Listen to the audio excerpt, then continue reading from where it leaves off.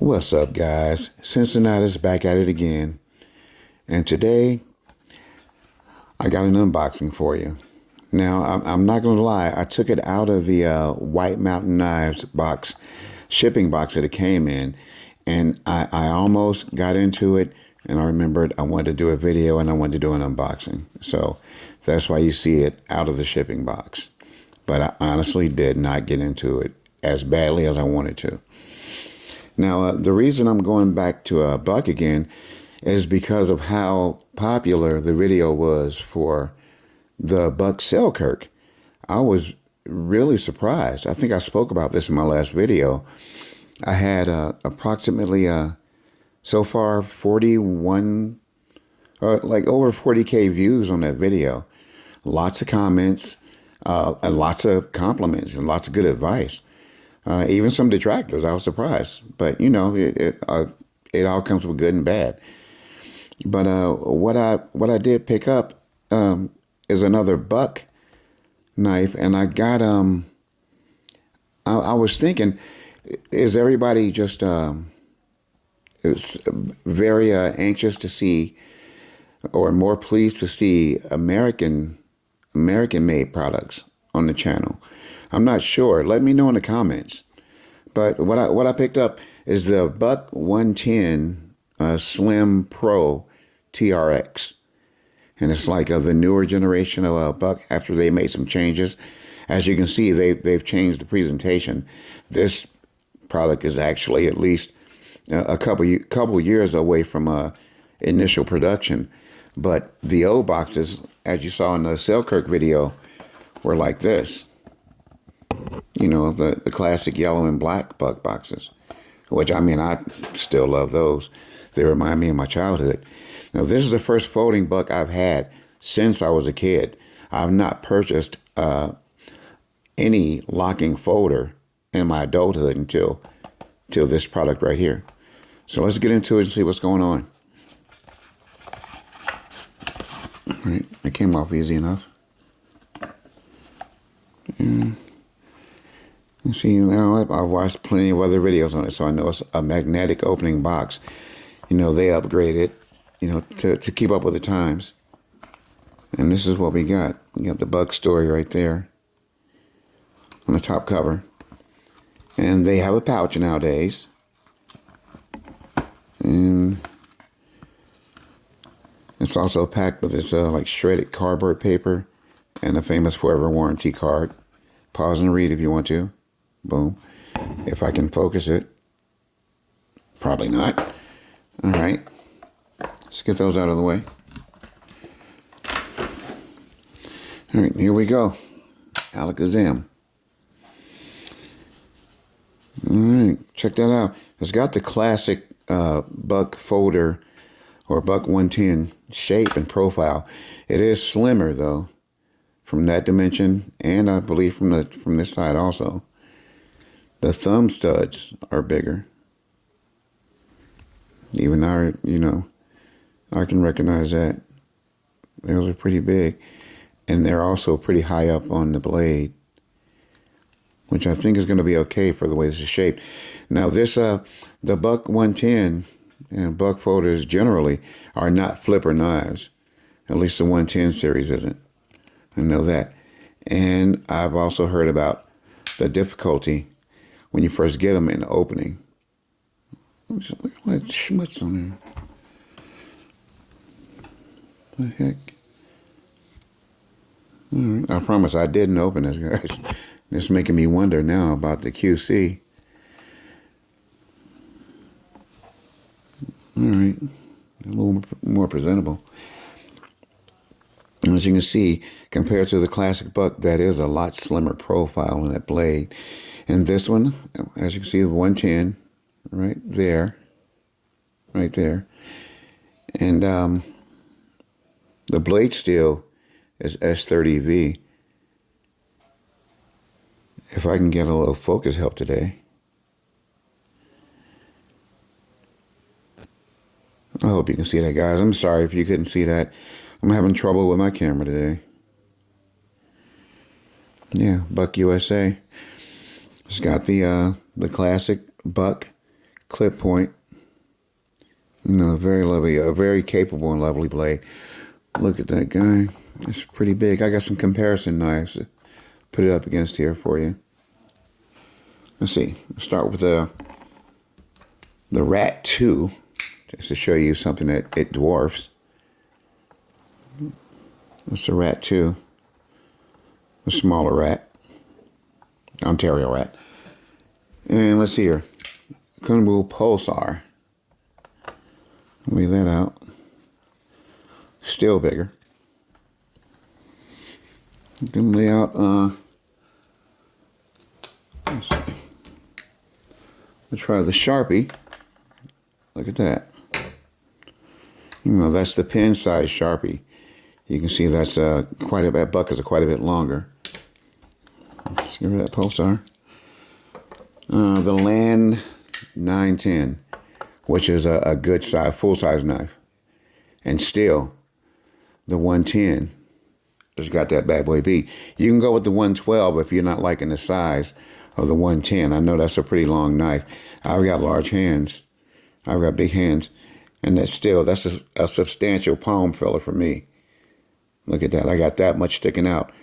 And I got that amount of purchase, you know, right up in where you want to carry it in that saber grip.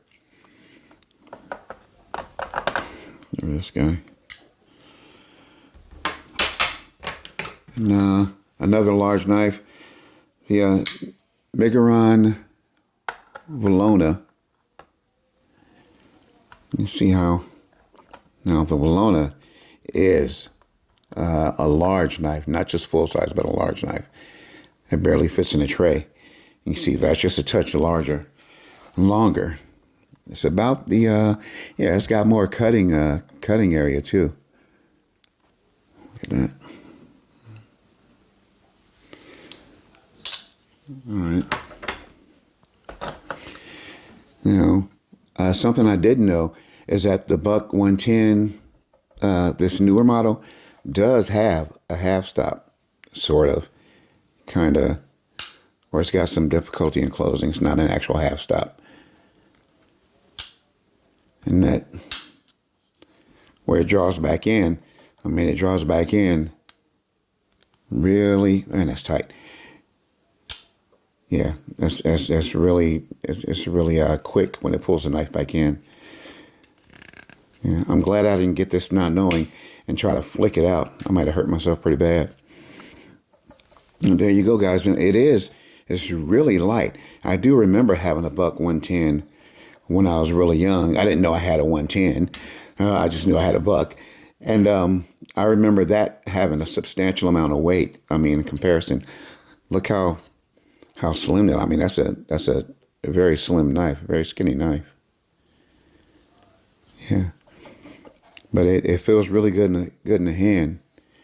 And some things that are different from when the pocket clip's been changed. It's now a shorter pocket clip, as you can see, and it is mountable to the other side, so it's an ambidextrous carry. Yeah, and S30V. You guys tell me what are the advantages in the comments. Tell me what are the advantages over, say, M390 with S30V, or what makes it a worse still than S30V. I'm not very knowledgeable on S30V, so please clue me in. I didn't do my research, my due diligence.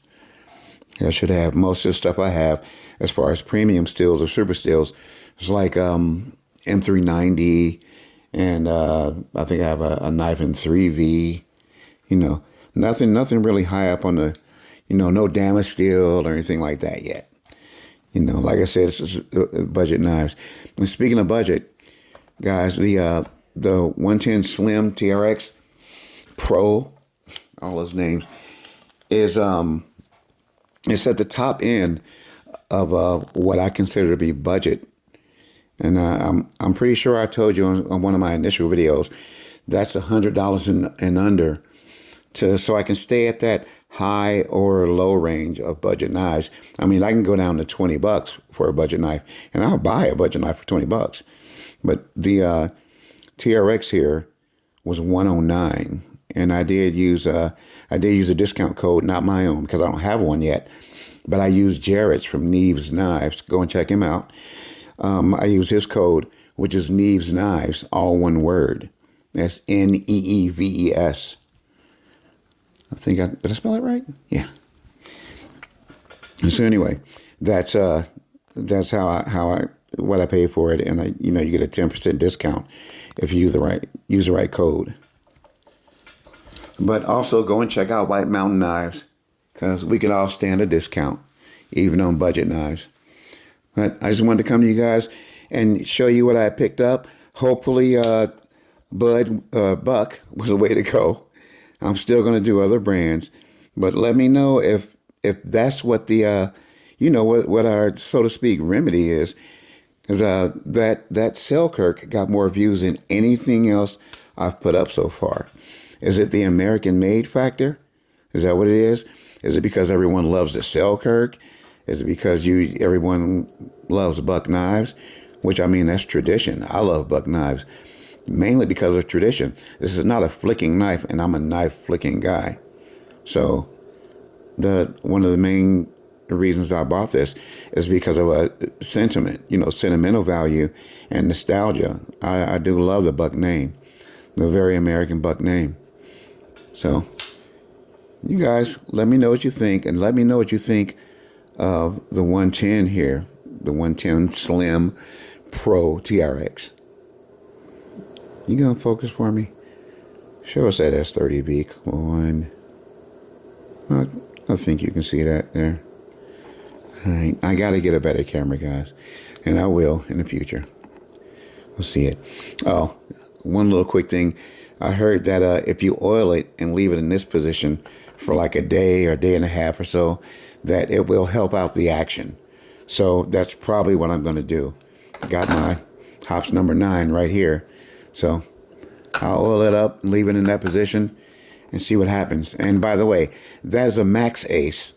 Guys, remember I didn't know what brand this driver was, this bit holder was?